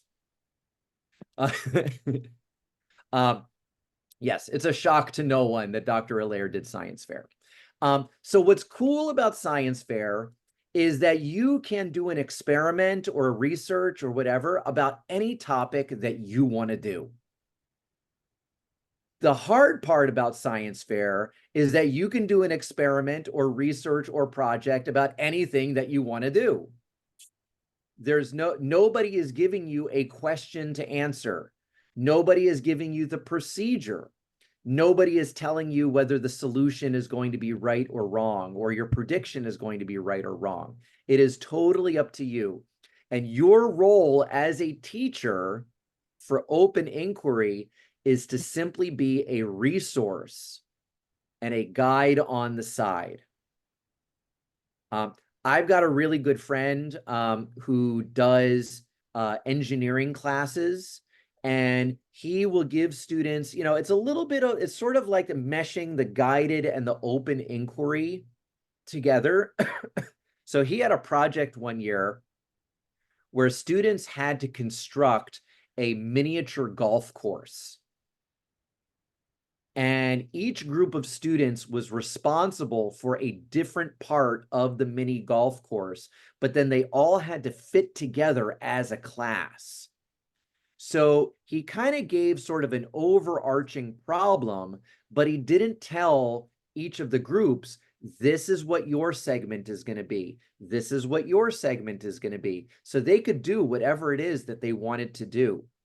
And his job as the teacher was to make sure that students were hitting the benchmarks for the project. So they were getting to certain points at certain times. And then also to help them problem solve some things or use some of the power tools that they had in the engineering classroom. And they've got a lot of cool power tools in there.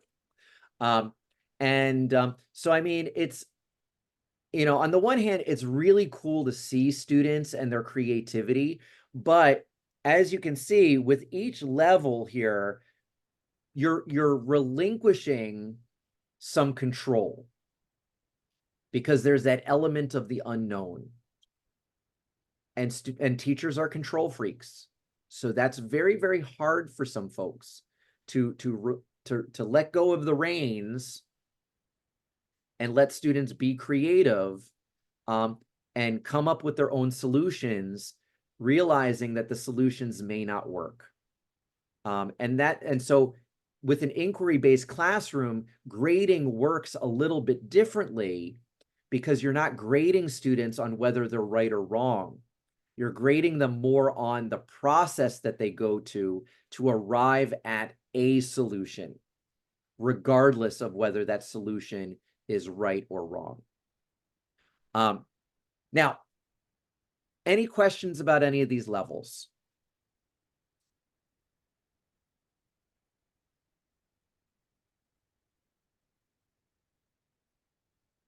Okay.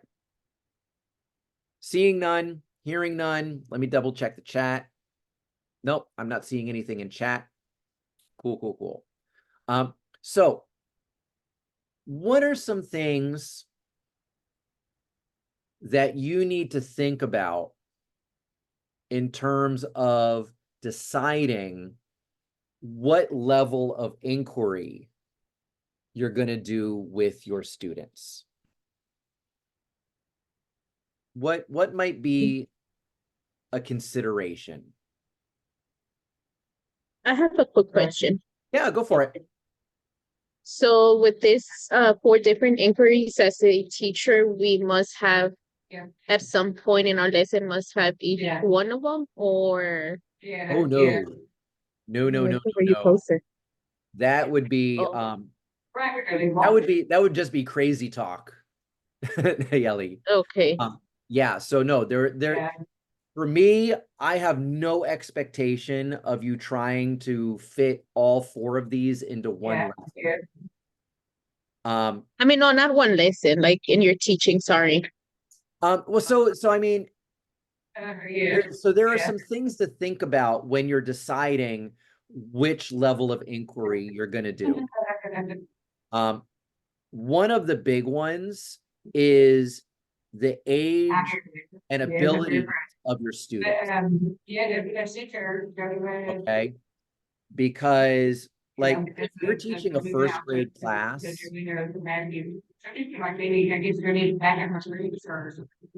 I would not, if you're teaching a first grade class, open inquiry would not be appropriate because they're just not ready at first grade for you to just go, okay, figure out what you want to do an experiment on and do it. They're not ready for that. Okay. I mean, in a lot of cases, university students aren't even ready for that. So that's a big piece of this where, you know, you're thinking about what grade level am I teaching? What is my students' abilities? You know, if you've got emergent bilingual students, if you're working with students with special needs, that's also something to take into consideration, you know, as part of that.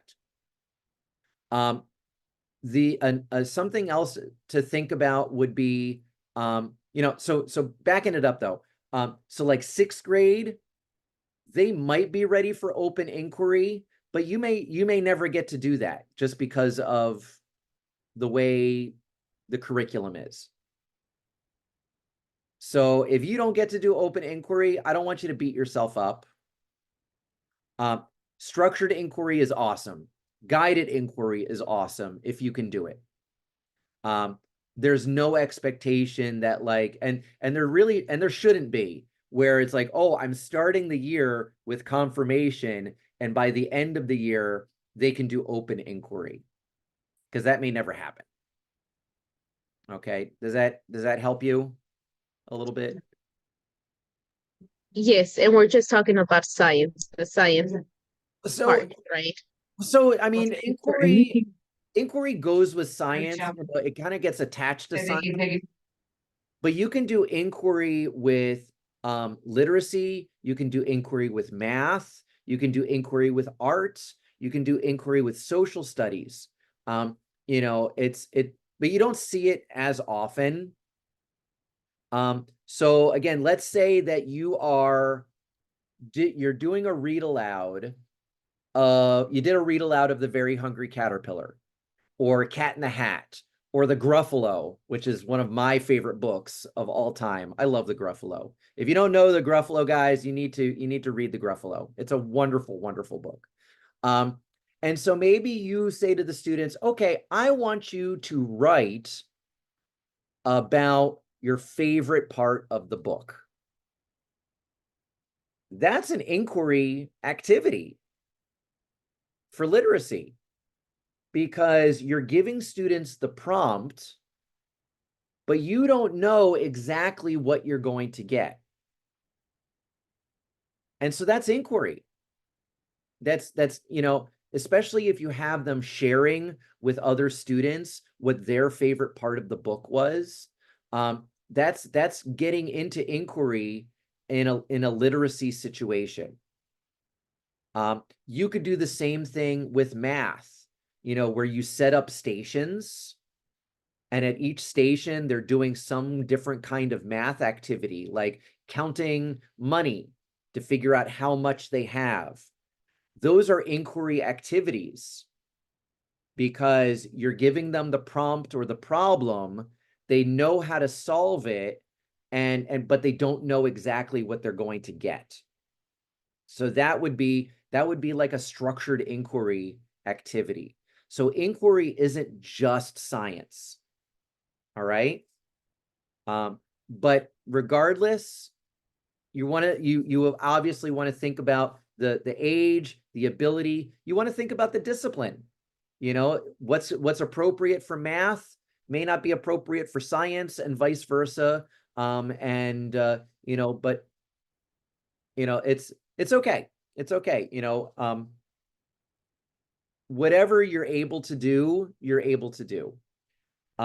Because another factor to think about is your comfort and ability, or your perceived ability.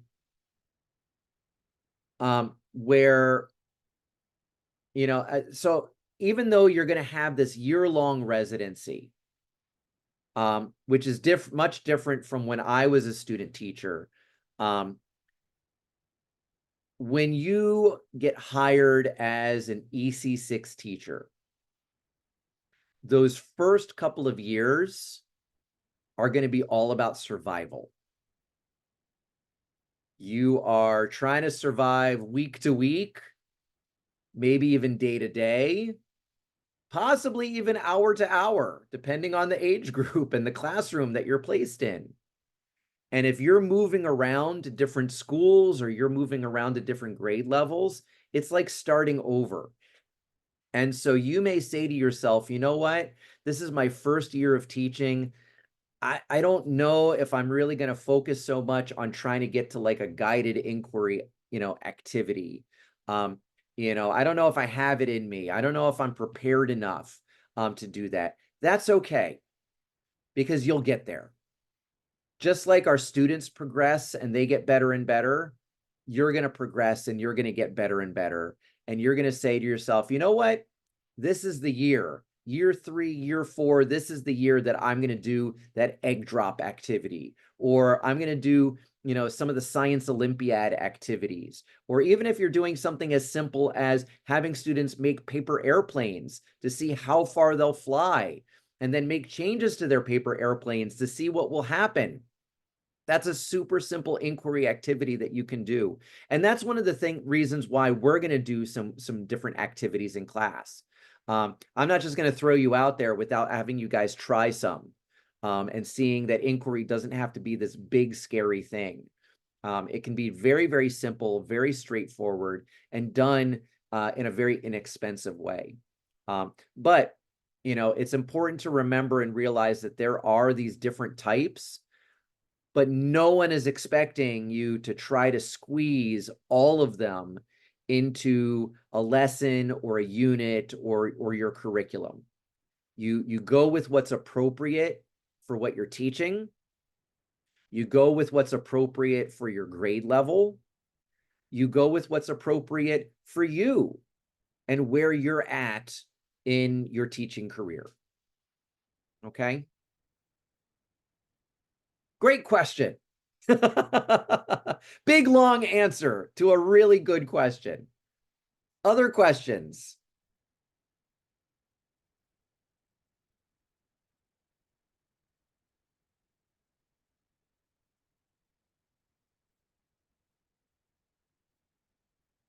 Okay. Hearing none.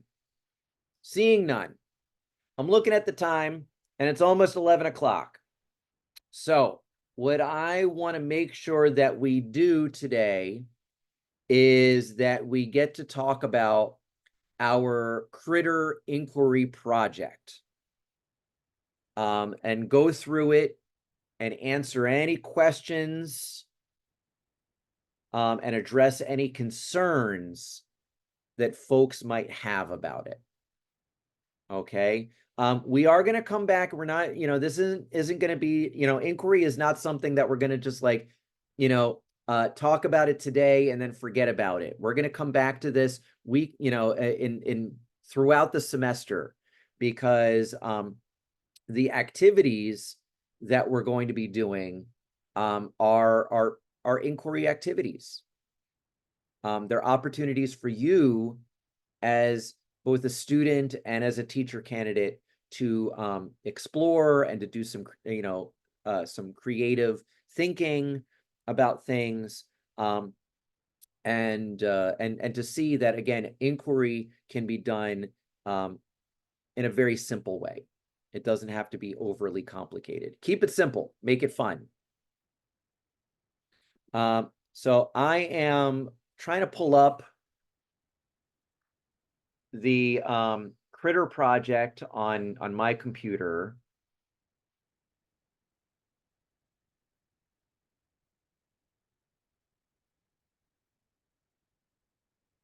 And so that way I can go over it with you folks.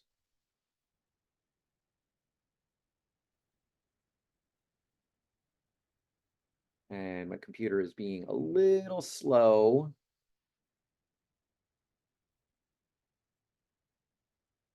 Come on. There we are. Okay. Okay. So I am gonna share my screen again. And let's talk about this project. And you've got the whole semester for the Critter Inquiry Project. And the purpose of this project, there are really three main purposes to this project.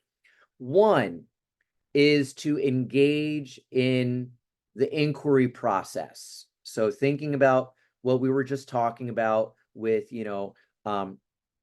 that process of observation and discovery, and coming up with problems, procedures, and finding solutions.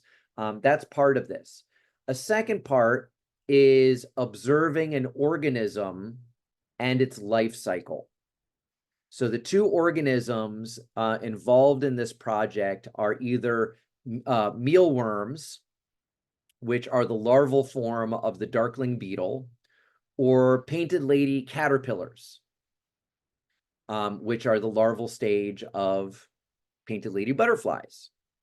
And then also to practice safety with living organisms, specifically organisms that you might want to bring into your EC6 classroom.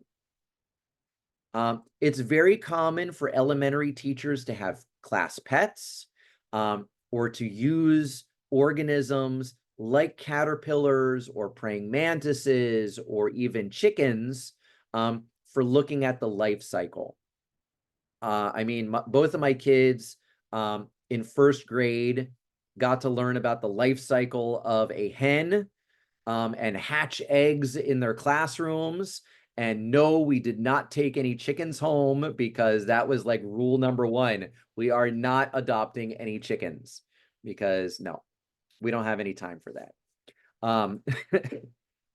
But it was fun and the kids really enjoyed it. And so, bringing animals in to your classroom is a great way to give students a cool experience. But you need to, of course, be safe with them. Everybody needs to be safe, and you need to be careful for multiple reasons. And so that's part of what this project gets into. And so you're going to choose a critter. So you need to decide if you want to be on Team Mealworm or Team Butterfly. And you're going to care for one of these organisms for a set amount of time. You're going to make observations. You're going to keep journal entries about what you're observing with these organisms, and you're going to conduct up to 3, okay? So it could be 1, could be 2, but no more than 3 humane experiments with your organism. And so I've provided some resources here to help you with making the decision about what organism you want to go with, and then to help you with caring for your organism. And so you can see right here, we've got a couple of YouTube videos. I'm not going to play them for you now. You can watch them on your own. It gives you some background about the darkling beetle, as well as the painted lady butterfly. So the first decision that you need to make is, again, which team you want to be on. Are you Team Mealworm or Team Butterfly? And there are benefits and drawbacks to both. So, what are the benefits to being on Team Mealworm? First of all, they are relatively cheap. You can buy a container of 50 mealworms for about $3.50. You can get a container of 100 mealworms for about $6. So all you really need are like 25 of them. So if you wanted to say, you know, if let's say Janelle, Letitia, Hilda, and Luna wanted to, the four of them could go in together on one container of mealworms and split the cost. So they're only spending $1.50. That's pretty good. Okay, it's not free, which is of course my favorite price, but it's pretty darn close. Okay. The second benefit of mealworms is that you can pretty much find them anywhere. You can go to PetSmart, you can go to Petco, you can go to whatever pet store you want to go to, and you'll be able to find them because people buy mealworms to feed their lizards. Jackson chameleons, bearded dragons, all these wonderful lizards that people have, they eat mealworms. It's a super expensive food that you can buy for your lizards, so you can find them pretty much at every single pet store that's out there. So they're easy to find and they're pretty cheap. Those are the benefits of the mealworms. Do you have to touch the mealworms? No, you do not. Do you have to like hug them and kiss them goodnight and like take selfies with them and go to the movies? No, you're not.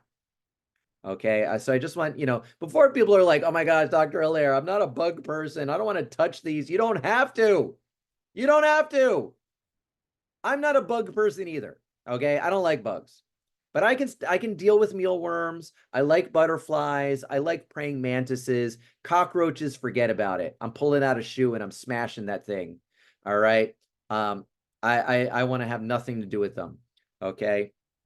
Spiders, I'm a little indifferent to, but you know. So the drawback. What are the drawbacks of mealworms? One is that you're going to be keeping them and observing them for 8 weeks. Okay, so that's twice as long as you would do with the butterflies.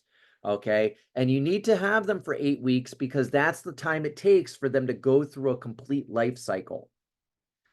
So they go from larva to pupa to adult. The adults will lay eggs and the eggs will hatch into little itty bitty super cute baby mealworms.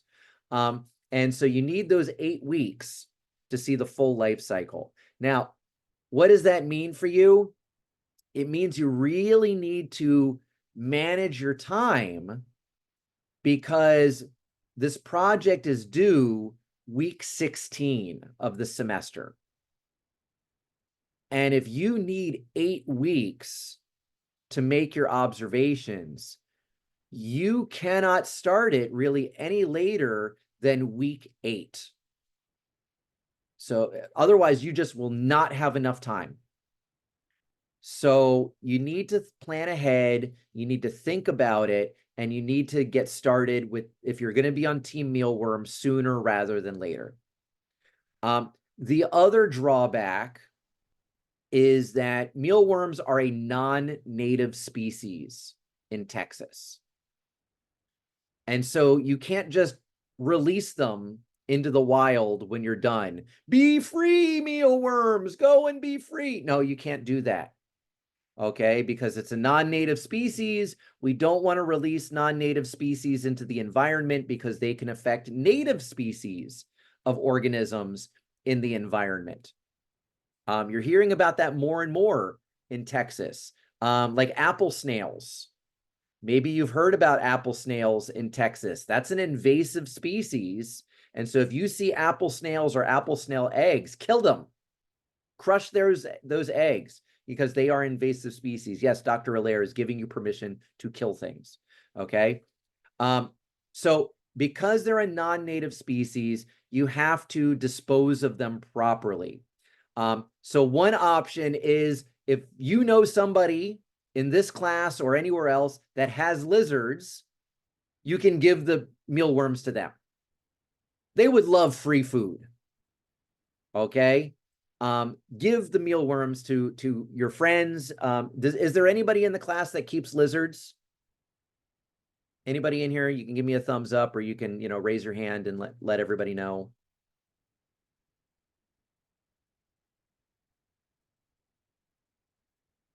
Okay, either nobody's keeping lizards or people are asleep or distracted. So if you know somebody not in the class that keeps lizards, they would love to take those mealworms off your hands to feed to their lizards. Another option is there is actually a place called Texas Reptile Rescue. And just like dog and cat rescues are always looking for food to feed dogs and cats, Texas Reptile Rescue is always looking for food to feed their reptiles. So you can donate your mealworms to them. The absolute worst case scenario, is you can put your mealworms and beetles into a container, put a lid onto that container, and put the container into your freezer overnight. When you wake up the next morning, your mealworms will be dead. And then you can sprinkle them on your cereal or, something like that. No, I'm just kidding. You put them in your garbage. Just making sure people are paying attention. You can put them in your garbage. Okay. Yes. You just like the salt guy, sprinkling mealworms on people's food. Don't do that. That would be mean. So that's the absolute worst case scenario where, yes, again, Dr. Allaire is telling you to kill an organism. But it's for good reason, because again, it's a non-native species and we don't want to encourage non-native species, to breed and proliferate in the environment. So that's about mealworms. Let's talk butterflies. Benefits of the butterflies. Number one benefit of the caterpillars is that they are not mealworms. People look at the mealworms and they're like, ew, gross. I can't touch those. They're mealworms. And then they see the caterpillars and they go, oh, look at those cute caterpillars. They have little feet. So the biggest benefit of the caterpillars is that they are not mealworms. They're somehow cuter and people are totally okay with them. My son loves caterpillars, hates butterflies. But that's my son. He's a weirdo. Another benefit of the painted lady butterflies is that that you're only keeping them for 4 weeks. Mealworms are 8. So you're only keeping the caterpillars for 4 weeks because they have a much faster life cycle than the darkling beetles. Another benefit, a third benefit of the butterflies, is that painted lady butterflies are found all over North America, especially in Texas. So when you get done, you can release them out into the wild and fly, butterfly, fly, and watch them go about their lives and their business. So those are some benefits. What are the drawbacks of the painted lady butterflies? Number one is you're not going to find them at a pet store. Okay, you can't walk into PetSmart, you can't walk into Petco and buy caterpillars. Yes, you can find them in the wild, but you always want to make sure that you have permission to take them from the wild. Don't just go to somebody's garden. Don't just go to like not the Humane Society, but like, a park or any place like that and just like take butterflies or caterpillars. Don't do that. That's no good. But you can't find them normally. You're going to have to order them online. The second drawback is the cost. Okay. Mealworms are cheap. Caterpillars are not. You're going to be spending about $30 on your caterpillars. Yeah, $30. Okay. See, this is why I really like people teaching in person or having people with their cameras on, because I can see facial reactions. All right. I mean, like Shiana, she's just looking so passive like this entire time.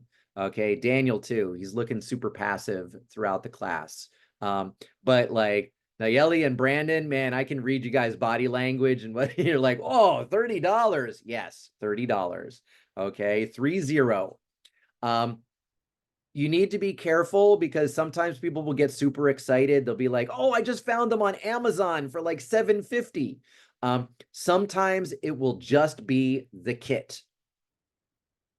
And the kit doesn't include the caterpillars. So you get the kit for $7.50, and then you get a little card that says, scan this QR code to order your caterpillars and pay $23 for shipping. So something to so there's benefits and drawbacks of both sides, of both critters. And so some of the decisions that you have to make as a teacher, come down to weighing the benefits and the drawbacks. So, is it worth, what's worth more, your time or money?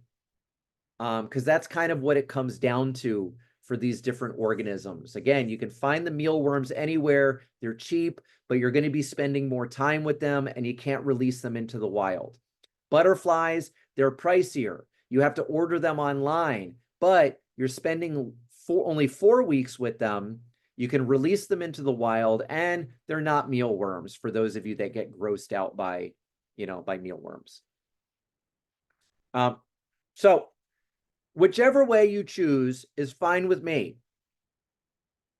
You might be wondering, Dr. Allaire, do you have a preference? And the answer is no. Your grade is not dependent at all on which critter you choose, okay? I will help you come to the best decision that you can make, but you're going to have to make the decision for yourself. I have provided you with some resources on this page to help you. I've found at least one NSTA article about each of these critters. So if you're thinking about mealworms, you can read Peggy Ashbrook's article, The Early Years Counting a Culture of Mealworms. If you're thinking about butterflies, you can read Dobie and Springer's article, Simply Butterflies. I've also included some web pages and, again, at least a YouTube video for each of these critters. Now, whichever way you go, what are you going to do? Well, number one, you are going to be composing at least 2 self-reflective journal entries per week. So that means for the butterflies, you will have 8 journal entries total. For the mealworms, you will have 16 because it's 2 per week. No length requirement on the journal entries. They are really for you, not for me. I'm never going to see them. So the amount of detail that you put in is for you, and you want to put enough detail in there to help you with your final product at the end of this project. So you should have the date and the time, pictures, so you can take some pictures with your phone. You want to take a selfie with your mealworms, you can do that. I say it should be written in paragraph format, but again, that's going to be really up to you and what's going to be most helpful to you, because I'm not going to see your journal entries. At most, I might see some excerpts as part of your digital story, which I'll talk about in just a few minutes. Now, another part of this is that you're going to conduct up to 3 experiments with your critter. So it could be 1, could be 2, could be 3. I leave it up to you. All right.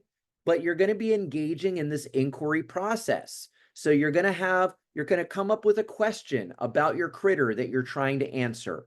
You're going to figure out a hypothesis or a prediction. You're going to create a procedure, figure out the materials that you need. You're going to conduct the experiment, record your data, draw some conclusions. Okay, at least once, maybe twice, no more than 3 times. Okay, I don't want that to be, the overbearing part of this experience. And I see somebody put something in chat. Cool. You could, Daniel, if you wanted to do it that way, you could absolutely do 1 experiment per week. It depends on what you're testing and how quickly you're able to collect that data. And so again, that's why I have it as up to 3, because you may do an experiment that lasts for 2 weeks to see, for instance, what foods they prefer, or various other aspects of that organism and their preferences. So does that So help? it's like, yeah, I was gonna say, so if I'm doing like the mealworms, for example, I have to do at 3, I guess a total of 3 experiments for the whole 8 weeks, or is No, it like what? Oh, it's up to 3. oh, per week. Up to 3 experiments total. So if you only conduct 1 experiment in those 8 weeks, you're fine. If you want to do 2 experiments, you could do that, but no more than 3 experiments. Oh, okay, I got it. Okay, during that whole 8-week period. And that's because, again, some of your experiments may last a couple of weeks. And so, if I said, oh, you need to do 3 experiments, you may not have the time to do those. Just depending on the type of experiment that you do. So that's why the wording is up to 3. So hopefully that helps you. So you're going to spend 4 weeks with your butterflies, 8 weeks with your mealworms. What do you do when you're all done, aside from being sad because now you're no longer going to be with these critters unless you want to keep them forever and ever and ever, which is completely up to you. I'm not going to tell you how to live your life. Okay, you do what you got to do. All right. If those mealworms become like your best friends and you want to go everywhere with them, awesome. All right. If you want to, if you love those butterflies and you want to now have a butterfly garden so that it can always stay close to you, go for it. Okay. Butterflies are wonderful and beautiful creatures. I love looking at butterflies. They're super cool. But what do you do when the project is all done? You are going to create a 5-minute digital story. You're going to take everything that you did, all the pictures, all the observations, the experiments that you did, and you're going to put them into a 5-minute digital story. There is a rubric, and you can take a look at the rubric on your own to tell you, here are the important things that you need to make sure that you do so that you can get a good grade. But what I'm looking for is for it to be presented very clearly, reflects an inquiry mind. So you're thinking about your organism. You're asking questions about your organism. You're finding ways to answer those questions. There's good evidence of you sciencing, all right, doing some good science. You've got some good photos or some good video. So maybe you took video of your butterflies emerging out of the chrysalis. That's a great thing to have as part of your digital story. Maybe you have video of your darkling beetles laying eggs, or of those eggs hatching into little itty bitty super cute mealworms. Those are great things to have. You're going to provide some narration that goes beyond just, here's a picture of my mealworms and what happened on this day. You're providing great narration that's giving some extra background. And providing, the right amount of details. Okay. I'm not going to there's not like a specific amount that I'm really looking for. It's kind of like, when you're putting garlic into your food, you're going to use feeling. Okay. When you've added enough. All right. So think of it that way. What a lot of students tend to do is they create a PowerPoint or a Canva or a Prezi with everything in it. And then they start up a Zoom meeting of just themselves. They share their screen, they click record, they do their thing. And when they leave Zoom, it puts it all together into a video. And then that's the video they upload to Canvas. Done. All right.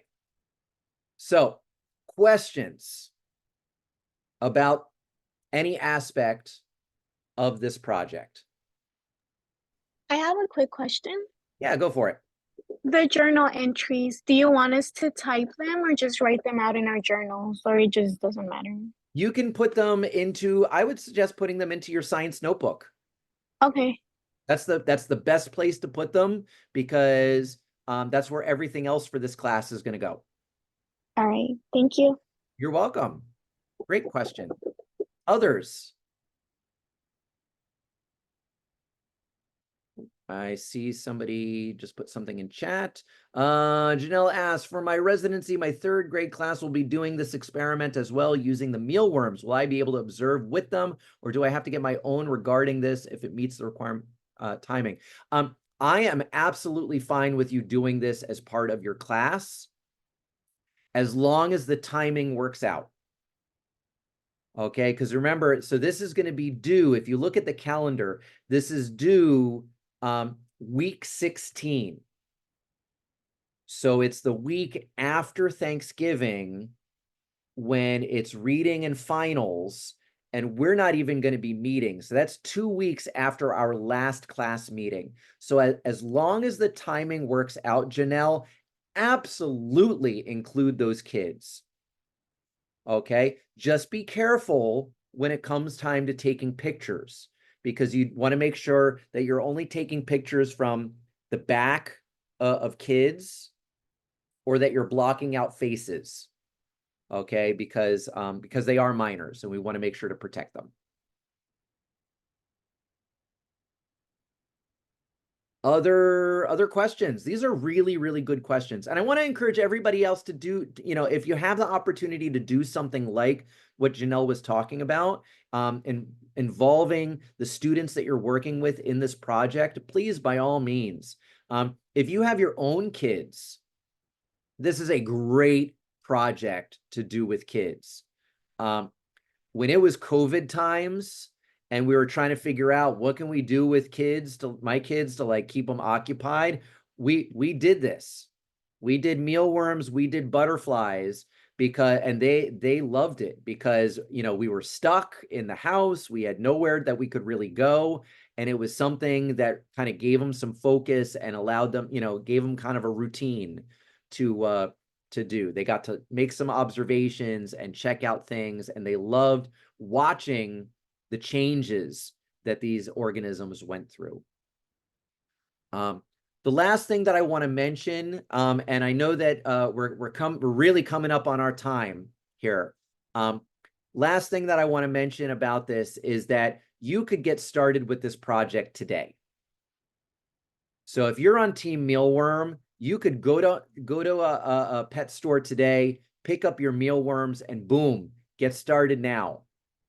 And by week 10, you'll be done. Week 10 of the semester, you'll be done. You do your 5-minute digital story and you upload it. You don't have to wait until the 16th week to turn it in. You could start today, you could be done in 8 weeks, and then upload it a week later. And that's one less thing for you to have to worry about at the end of the semester. So that's one of the things that I want to mention to you guys.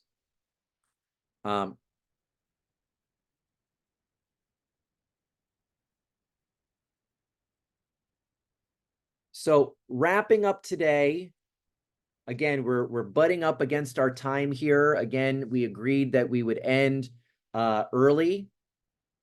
And so we are right up there. It is 11:25. So I want to get us done. But the last thing, and of course my computer is being nice and slow. There we go. Come on. last thing I want to share with you guys today before we say goodbye. And what I'll do is I'll stay online for a little bit in case anybody has any questions that they want to ask me more one-on-one. I can definitely do that. Looking ahead to next week, number one, next week we are back in person. So we'll be downtown Wednesday at 9 o'clock. Please plan accordingly. Traffic, of course, in the morning is infamous. So just watch yourselves, drive carefully, be safe. And if you get stuck or something's going on, that's where Remind comes in handy. Just send me a quick Remind message, just letting me that you know that you're on your way.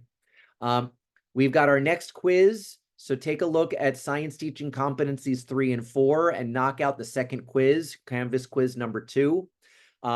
Due next week is your safety in the EC6 science classroom module. So the only thing you're doing for that is a very simple PowerPoint with rules or guidelines that you would give a particular grade level to be safe when you're doing science. And then also we have our fruit snacks graphs. One graph with your data, one graph with the class data, and I will, again, share that link to the spreadsheet so that you can see that class data again. All right. But that's all I've got for today. Whew. I told you, it was a full day. It was a full day. Thank you so much, everybody, for tuning in. I'll see everybody back in person next week. I will stay online for a little bit in case anybody has any questions or comments or anything. But otherwise, have a wonderful week. Have a great holiday weekend. It's a 3-day weekend with Labor Day. So have a wonderful, wonderful weekend. If you're traveling, be safe. If you're home, be safe. Make smart choices. And I'll see everybody next week, Wednesday. Dr. Lear, I have a question. Yeah, go for it. So just